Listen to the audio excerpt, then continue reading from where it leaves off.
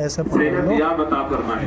بزرگان دین، اس وقت لمبی چوڑی تقریر کرنا مقصود نہیں ہے، بلکہ ایک انعام کی طرف توجہ دلانا اور اللہ تبارک و تعالیٰ کے دربار میں دعا کی اور اپنے کچھ حاجات رکھنا مقصود ہے۔ اللہ تبارک و تعالیٰ کا شکر ہے کہ اس نے ہمیں اس ایک عظیم نعمت کو تکمیل تک پہنچانے کی توفیق عطا فرمائی، اور وہ عظیم نعمت کون سی ہے؟ وہ تراویح کی نعمت ہے۔ آج ہم مسلمان خاص طور پر اس مادہ پرستی کے ماحول کے اندر آنکھیں بند کیے ہوئے ہیں، ہمیں اس عظیم نعمت کی قدر کا معلوم نہیں۔ بزرگان دین جب ہماری آنکھیں بند ہو جائیں گی، اس دار فانی سے رخصت ہو جائیں گے، اس وقت ہمیں پتہ چلے گا کہ تراویح یہ کتنی عظیم نعمت تھی، یہ نماز، یہ روزے، یہ سجدے کتنی عظیم نعمت تھے۔ وہاں کی کرنسی بزرگان دین، وہاں کی کرنسی نماز ہے، وہاں کی کرنسی روزے ہیں، وہاں کی کرنسی اعمال ہے، وہاں کی کرنسی روپیے نہیں ہے، وہاں کی کرنسی ڈالر نہیں ہے۔ مدنی کریم صلی اللہ علیہ وسلم نے ارشاد فرمایا، اے لوگوں، رمضان المبارک کے روزے اللہ تبارک و تعالیٰ نے تمہارے اوپر فرض فرمائے، اور میں نے اس کے اندر تراویح کو تمہارے اوپر سنت قرار دیا۔ یہ اتنی عظیم نعمت ہے، اتنی عظیم نعمت ہے کہ ہر صاحب ایمان روزانہ 20 رکعتیں پڑھتا ہے، اور 20 رکعتوں کے اندر 40 سجدے کرتا ہے۔ گویا کہ اگر مہینے کو 20 دن کا مانا جائے تو ہر ایمان والا پورے مہینے کے اندر 1200 سجدے کرتا ہے، اور یہ سجدہ ایک ایسی عظیم نعمت ہے کہ اللہ تبارک و تعالیٰ کے نزدیک اس سے اہم اور کوئی چیز نہیں ہے۔ اللہ کا قرب حاصل کرنے کے لیے سجدے سے بہتر چیز کوئی نہیں ہے۔ دوسری بات یہ ہے کہ رمضان المبارک کا مہینہ کہ اس کے اندر اللہ تعالیٰ نے قرآن کریم کو نازل فرمایا۔ جتنی بھی آسمانی کتابیں ہیں، جتنے بھی صحیفے ہیں، اللہ تبارک و تعالیٰ نے رمضان المبارک کے اندر اتارے، اور قرآن کریم کو بھی رمضان المبارک کے اندر نازل فرمایا۔ یہ ایسا قرآن، یہ ایسی کتاب ہے، ایسی کتاب ہے کہ اس کا پڑھنا بھی ثواب ہے، اس کا سننا بھی ثواب ہے، اس پر عمل کرنا بھی ثواب ہے، اس کو چھونا بھی ثواب ہے۔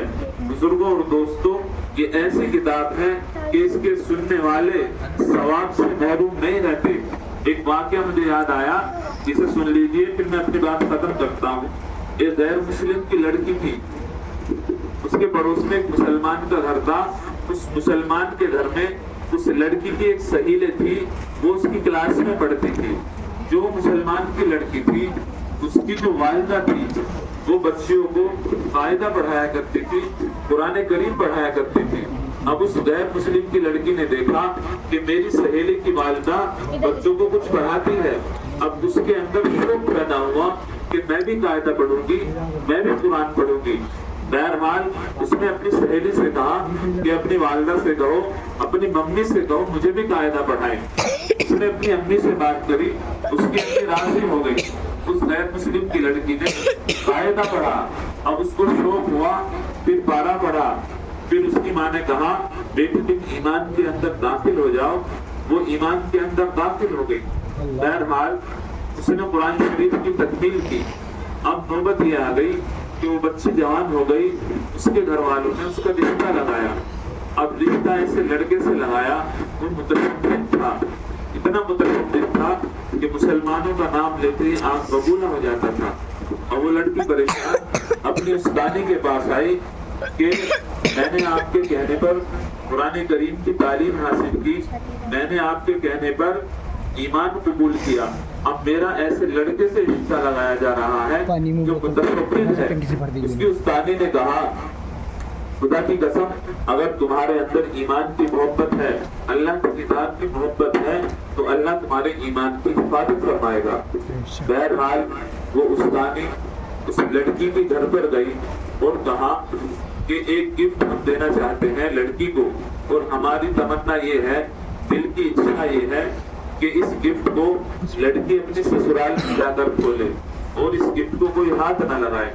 بہرحال ان کی استانی نے وہ گفٹ پیک کیا اور اس کے اندر قرآن کریم اس گفٹ کے نیچے رکھ دیا۔ جب لڑکی رخصت ہو کر گئی اپنی سسرال میں، اس نے کھولا تو اس کے اندر ایک قرآن کریم تھا۔ اب وہ یہ کرتی تھی، جب اس کا شوہر آفس جاتا تھا تو اس کے جانے کے بعد وہ قرآن کریم کی تلاوت کرتی تھی اور اپنی نمازیں پڑھتی تھی۔ کچھ دن کے بعد اس کا شوہر بیمار ہوا، اس نے اپنا چیک اپ کرایا تو ڈاکٹروں نے بتایا کہ تمہیں کینسر ہے۔ بڑا پریشان ہوا، اس نے اپنی بیوی کو بلایا اور کہا دیکھو تم کتنی وفادار ہو، کتنے خوبصورت ہو، لیکن تمہارا اور میرا ساتھ یہیں تک ہے۔ اب اس کی بیوی پریشان کہ کیا ہوا، تو اس کے شوہر نے بتایا کہ ڈاکٹروں نے مجھے کینسر بتا دیا اور یہ کہا تم چند دنوں کی مہمان ہو۔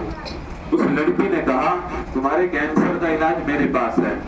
اس لڑکے نے کہا اگر تم میرا علاج کر دیتی ہو، اگر میں ٹھیک ہو جاتا ہوں تو میں تمہاری ہر بات مانوں گا۔ اب اس لڑکی نے روزانہ سورہ فاتحہ پڑھ کر اپنے شوہر پر دم کرنا شروع کر دیا۔ تقریباً 1 مہینہ یہ عمل چلتا رہا۔ 1 مہینے کے بعد اس لڑکے نے پھر اپنا چیک اپ کرایا۔ جب ڈاکٹروں نے رپورٹ دیکھی تو ڈاکٹروں نے کہا ایسا معلوم ہوتا ہے کہ تمہیں کبھی کینسر ہوا ہی نہیں۔ اللہ تبارک و تعالیٰ نے اس کلام کی برکت سے، سورہ فاتحہ کی برکت سے اسے شفا عطا فرما دی۔ اب اس لڑکے نے کہا کہ بتاؤ تم کیا چاہتی ہو؟ اس لڑکی نے کہا کہ تمہیں ایمان کے اندر داخل ہونا پڑے گا۔ اس نے اپنی پوری کہانی بتا دی۔ وہ ایمان کے اندر داخل ہوا۔ ایمان کے اندر داخل ہونے کے بعد انہوں نے یہ سوچا ہمیں محلے والے، رشتہ دار، گھر والے پریشان کریں گے، اس لیے وہ سعودی عرب میں چلے گئے اور وہیں پر نوکری کی، وہیں پر ان کا ایمان پر خاتمہ ہوا۔ یہ کس کی برکت سے ہوا؟ یہ قرآن کریم کی برکت سے۔ بزرگان دین، یہ قرآن کریم ایسی دولت ہے کہ یہ ہمیں حضور پاک صلی اللہ علیہ وسلم کی غلامی میں اللہ تعالیٰ نے عطا فرمائی ہے۔ اس کی زیادہ سے زیادہ تلاوت کی جائے، کوئی بھی بچہ اس کی تلاوت سے، اس کے پڑھنے سے، اس کی تعلیم سے محروم نہ رہے۔ آج عہد کریں ہم مسجد میں بیٹھ کر انشاءاللہ ہم اپنے بچوں کو قرآن کریم کی تعلیم سے محروم نہیں رکھیں گے۔ اللہ تعالیٰ مجھے بھی اور آپ سب کو اس پر عمل کرنے کی توفیق عطا فرمائے۔